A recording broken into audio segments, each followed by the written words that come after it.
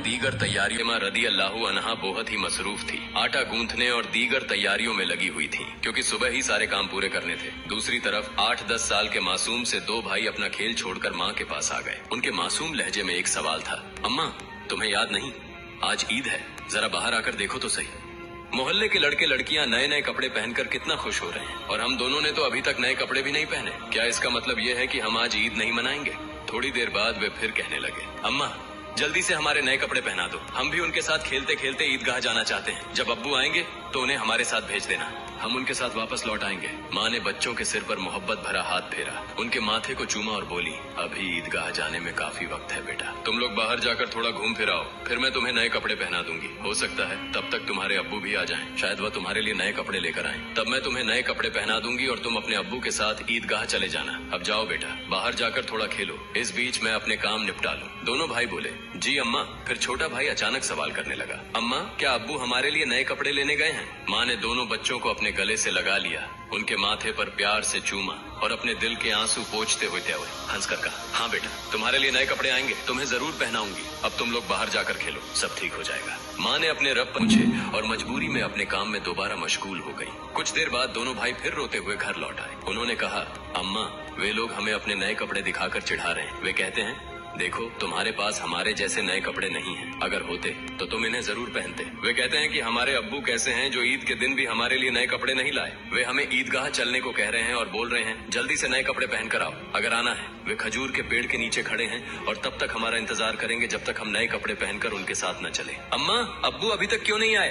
अम्मी हमें जल्दी से नए कपड़े पहना दो ताकि हम आपके साथ ईदगाह जा सके। मासूम बच्चों की इस गुजारिश को सुनकर अम्मी अपने जज्बातों पर काबू नहीं रख सकी। आंसू रोकना उनके लिए बड़ा मुश्किल हो गया, लेकिन बच्चे अम्मी को मजबूती से गले लगाकर खामोशी से उनकी ओर देख रहे थे। सब्र खो चुकी अम्मी अपने बच्चों को अपने सीने से लगाकर पूछे और चेहरे पर जबरन एक हल्की मुस्कान लाते हुए बोली, अभी ईदगाह जाने का वक्त नहीं हुआ है बेटा, तुम लोग इतनी जल्दी क्यों कर रहे हो? नमाज के लिए अभी काफी वक्त है। इस दौरान बाहर जाकर थोड़ा घूम फिर आओ, और देखो तुम्हारे अब्बू कहाँ हैं, उन्हें ढूंढ कर ले आओ, तब तक मैं अपना बाकी काम निपटा लेती। अगर अपने अब्बू के साथ ईदगाह जाओगे, ठीक है? दोनों भाइयों ने कहा, जी अम्मी। अम्मी ने अपने दिल को मजबूत करते हुए बच्चों को तसल्ली दी, लेकिन जैसे ही उन्होंने बच्चों के मासूम चेहरों की तरफ देखा, उनकी आंखों में आंसुओं का सैलाब उमड़ पड़ा। बच्चों को अपनी हालत का अंदाजा न हो, इस डर से अम्मी एक कमरे से दूसरे कमरे में जाती रही। इधर दोनों मासूम भाई परेशान होकर अम्मी अम्मी कहते हुए अम्मी के पास आए। उन्होंने कहा, अम्मी हम अब्बू को ढूंढने जा रहे हैं। अम्मी ने रूंधे गले से कहा, हाँ जाओ। उनकी आवाज में छुपा दर्द बच्चे समझ नहीं सके।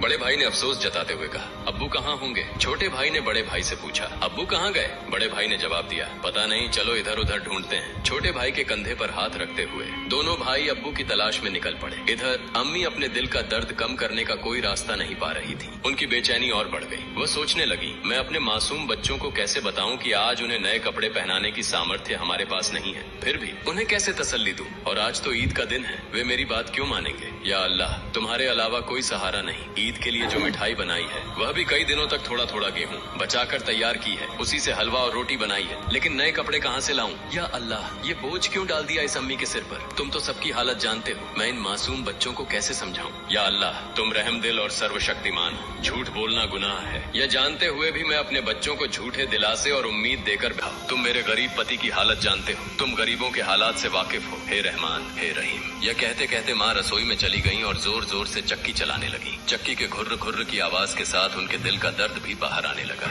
आंसू पोंछते हुए भले ही मिठाई बनाने का काम तेजी से चल रहा था, लेकिन जैसे ही यह काम पूरा होने को आया, एक और मुश्किल सामने खड़ी हो गई। तभी अम्मा अम्मा कहते हुए दो मासूम बच्चे हांफते हांफते माँ के पास आकर खड़े हो गए। माँ ने कहा, बोलो बेटा क्या बात है? माँ ने अपनी इच्छाओं और आराम को हमेशा पति की गरीबी को देखकर दबा कर रखा था। वह थोड़े में ही खुश रहती थी, लेकिन आज मासूम बच्चों की छोटी सी ख्वाहिश ने उनके धैर्य को तोड़ दिया। उन्होंने खुद को संभालते हुए बच्चों को गोद में उठा लिया, मुस्कुराने की कोशिश की, उनके माथे पर चुंबन किया और कहा, बोलो बेटा क्या कहना है? दोनों बच्चों ने हाथों से अपनी आंखें मसलना शुरू कर दिया। यह देखकर छोटे भाई ने भी बड़े भाई की नकल कर ली। माँ ने कहा, देखो बेटा तुम्हारे अब्बा सही समय पर आ जाएंगे। मैं देखो यहाँ तुम्हारे लिए मिठाई बना रही हूँ, तुम मिठाई खाकर ईदगाह जाना, थोड़ा सब्र करो, बस थोड़ी ही देर और। उन्होंने बच्चों को सीने से लगा लिया, उन्हें प्यार से समझाया और कहा, थोड़ा इंतजार करो बेटा, मिठाई अभी तैयार हो जाएगी। छोटे भाई ने आंखें मसलते हुए अचानक पूछा, लेकिन हमारे नए कपड़े अम्मा? ये सुनते ही माँ चौंक गई, जल्दी से बोली, अरे बेटा ऐसा करते हैं, तुम लोग जाकर पहले नहाओ। अंदर चल रहा था, लेकिन उन्होंने हंसते हुए कहा, बेटा बिना नहाए क्या कोई ईदगाह जाता है? जाओ जल्दी से नहाओ, फिर सब तैयार हो जाएगा। दोनों भाइयों ने कहा ठीक है अम्मा, हम अभी जाकर नहा लेते हैं, आप सब कुछ तैयार रखना, हम जल्दी से आ जाते हैं। दोनों खुशी खुशी नाचते हुए बाहर निकल गए। माँ ने दुआ की, जाओ बेटा, अल्लाह हाफिज। बच्चे तो चले गए, लेकिन माँ के दिल में चिंता और गहरी हो गई। उनका दिल जैसे एक अथाह सागर में डूब रहा था। माँ सोचने लगी, जब वे वापस आएंगे और कहेंगे हमें नए कपड़े पहनाओ, हम ईदगाह जाएंगे, तब मैं क्या करूंगी। माँ का मन अब और नहीं संभल सका, उनकी आंखों से आंसू फूट पड़े। उन्होंने सजदे में गिरकर अल्लाह से दुआ की, हे अल्लाह, तुम ही मेरा सहारा हो, तुम इस बेबस माँ की मदद करो, तुम मुझे इस स्थिति से बाहर निकालो। हे अल्लाह, तुम्हारे अलावा मेरा कोई नहीं है, मुझे राहत दो, इस स्थिति से मुक्ति दो। इसके बाद माँ किसी उन्मादी की तरह बोलने लगी, हे अल्लाह, तुम तो बच्चों की माँ का दिल समझते हो। 3 बार इन मासूम नासमझ बच्चों को बहला फुसलाकर मैंने किसी तरह संभाल लिया, लेकिन अब क्या करूँ, अब क्या कहूँ। तुम ही मुझे रास्ता दिखाओ, हे अल्लाह, तुम ही मुझे सहारा दो, तुम सर्वशक्तिमान हो, तुम सब कर सकते हो। फिर उन्होंने जोर से चिल्लाते हुए कहा, तुम सब कर सकते हो अल्लाह, तुम सब कर सकते हो। उधर नहाने के बाद दोनों भाई खुशी खुशी हाथ में हाथ डाले घर की ओर चल पड़े। कुछ ही देर में दोनों भाई हंसते खेलते घर पहुँचे और जोर से आवाज देने लगे, अम्मा अम्मा, हम आ गए अम्मा। लेकिन माँ की ओर से कोई जवाब नहीं आया। छोटा भाई बड़ी मासूमियत से अपने बड़े भाई की ओर देखने लगा और पूछा, भैया माँ बोल क्यों नहीं रही हैं? क्या माँ सो रही हैं? बड़ा भाई छोटे भाई को अपनी बाहों में लेकर उसे दिलासा देने लगा, रुको मैं देखता हूँ। जैसे ही बड़ा भाई माँ को जगाने के लिए हाथ बढ़ाने वाला था, उसी समय दरवाजे पर जोर से खटखटाने की आवाज आई। बड़े भाई ने डरते हुए पूछा, कौन है बाहर?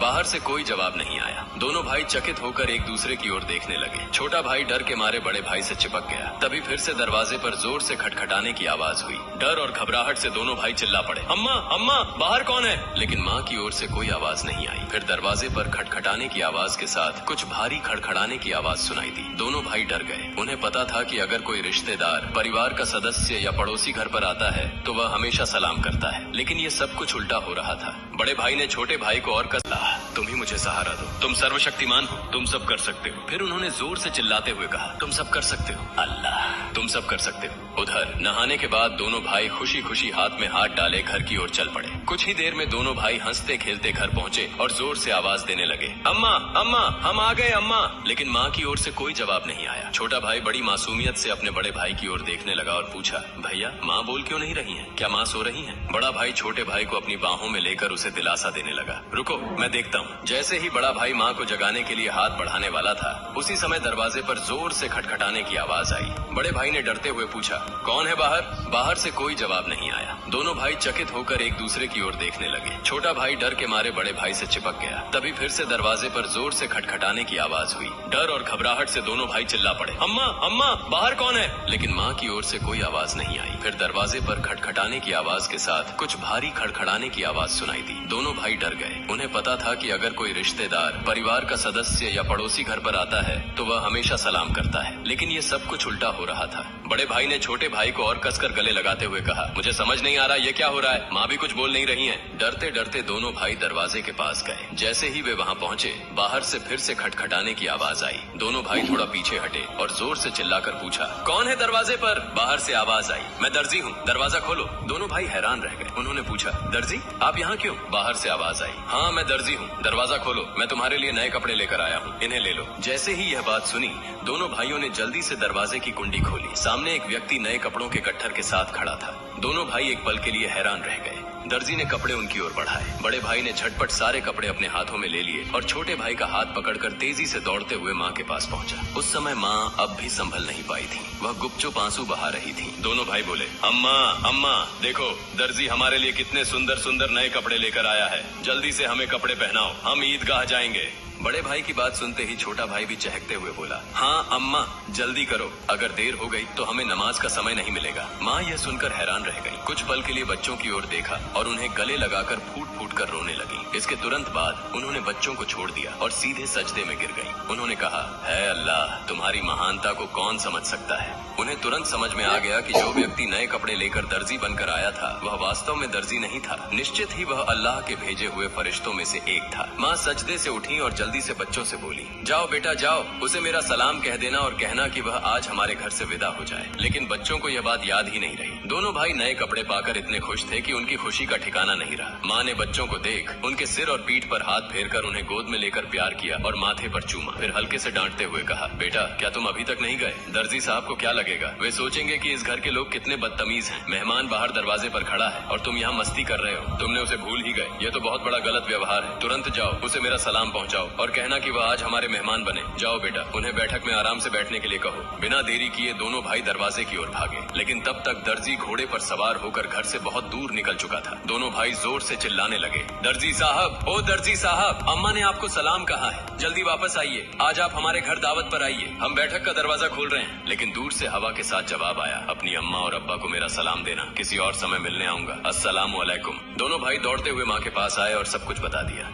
बोले, दर्जी साहब ने तुम्हें और अब्बा को सलाम कहा है। वह घोड़े पर सवार होकर उस तरफ जा रहे हैं, जल्दी आओ। माँ, उन्हें देखोगी ना? जल्दी करो और खिड़की से देख लो। जल्दी आओ।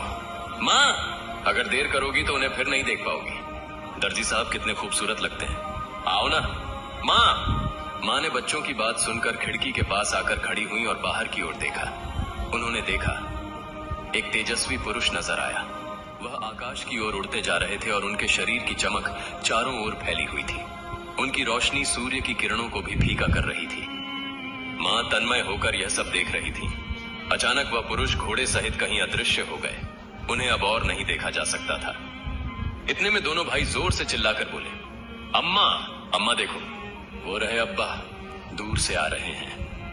वह माँ ने बच्चों को लेकर अंदर कमरे में ले गई और उनके शरीर पर नए कपड़े पहनाने लगी।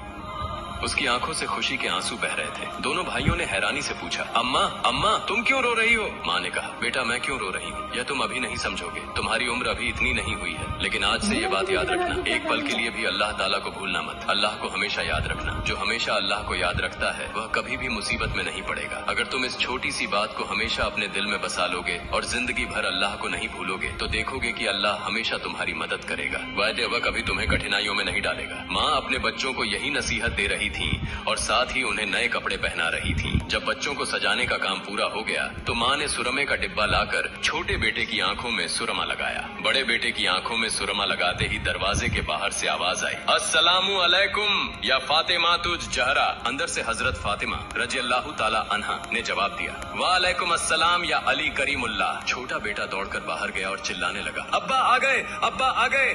बड़ा बेटा बाहर जाने ही वाला था, लेकिन माँ ने उसे रोक लिया क्योंकि उसकी आंखों में सुरमा लगाना बाकी था। माँ थोड़ी गुस्से में बोली, बैठो बैठो, पहले सुरमा लग जाने दो। इस बीच छोटा भाई अपने अब्बा का हाथ पकड़कर अंदर ले आया। तब तक बड़े भाई की आंखों में सुरमा लगाया जा चुका था। दोनों बेटों को देखकर अब्बा हैरान हो गए और बोले, यह क्या, इतने सुंदर कपड़े, ये कहाँ से आए? फिर दोनों भाइयों ने अपनी माँ और अब्बा को गले लगाकर खुशी जताई। हजरत फातिमा रजी अल्लाह ताला अन्हा ने बच्चों की आवाज शांत कराते हुए हजरत अली रजी अल्लाह ताला अन्हु को सारी घटना सुनाई। हजरत अली रजी अल्लाह ताला अन्हु जैसे ही यह बात सुनी सजदे में गिर गए और बोले, हे अल्लाह, तुम्हारे लिए कुछ भी असंभव नहीं है। तुम महान हो, असीम हो, तुम दयालु और सर्वशक्तिमान हो। सजदे से उठकर उन्होंने हजरत फातिमा रजी अल्लाह ताला अन्हा से कहा, जो दर्जी बनकर बच्चों के लिए कपड़े लाए, क्या तुम उन्हें पहचानती हो? क्या तुमने जान लिया कि वह कौन थे? हजरत फातिमा रजी अल्लाह ताला अन्हा ने कहा, नहीं, लेकिन इतना निश्चित है कि वह अल्लाह के किसी भेजे हुए फरिश्ते थे, इसमें कोई शक नहीं। हालांकि यह मेरी अपनी धारणा है। हजरत अली रजी अल्लाह ताला अन्हु ने कहा, हाँ तुमने सही कहा, यह अल्लाह की महिमा है। वह हजरत जिब्राइल अलैहिस्सलाम थे। हजरत फातिमा रजी अल्लाह ताला अन्हा की जुबान से अचानक जोर से निकला, अल्लाहु अकबर। यह कहते हुए वह भी सजदे में गिर गईं। उन्हें देखकर हजरत हसन और हजरत हुसैन रजी अल्लाह ताला अन्हुमा भी अपनी माँ के पास गए और उनका हुबहू अनुसरण करते हुए सजदे में गिर गए। प्रिय दर्शकों, आशा है कि आपको यह वीडियो पसंद आया होगा। अगर अच्छा लगा हो तो इसे लाइक और शेयर करें ताकि अन्य मुस्लिम भाई बहन भी इसे जान सकें। और इस तरह की और वीडियो पाने के लिए हमारे चैनल को सब्सक्राइब करें। अस्सलामु अलैकुम।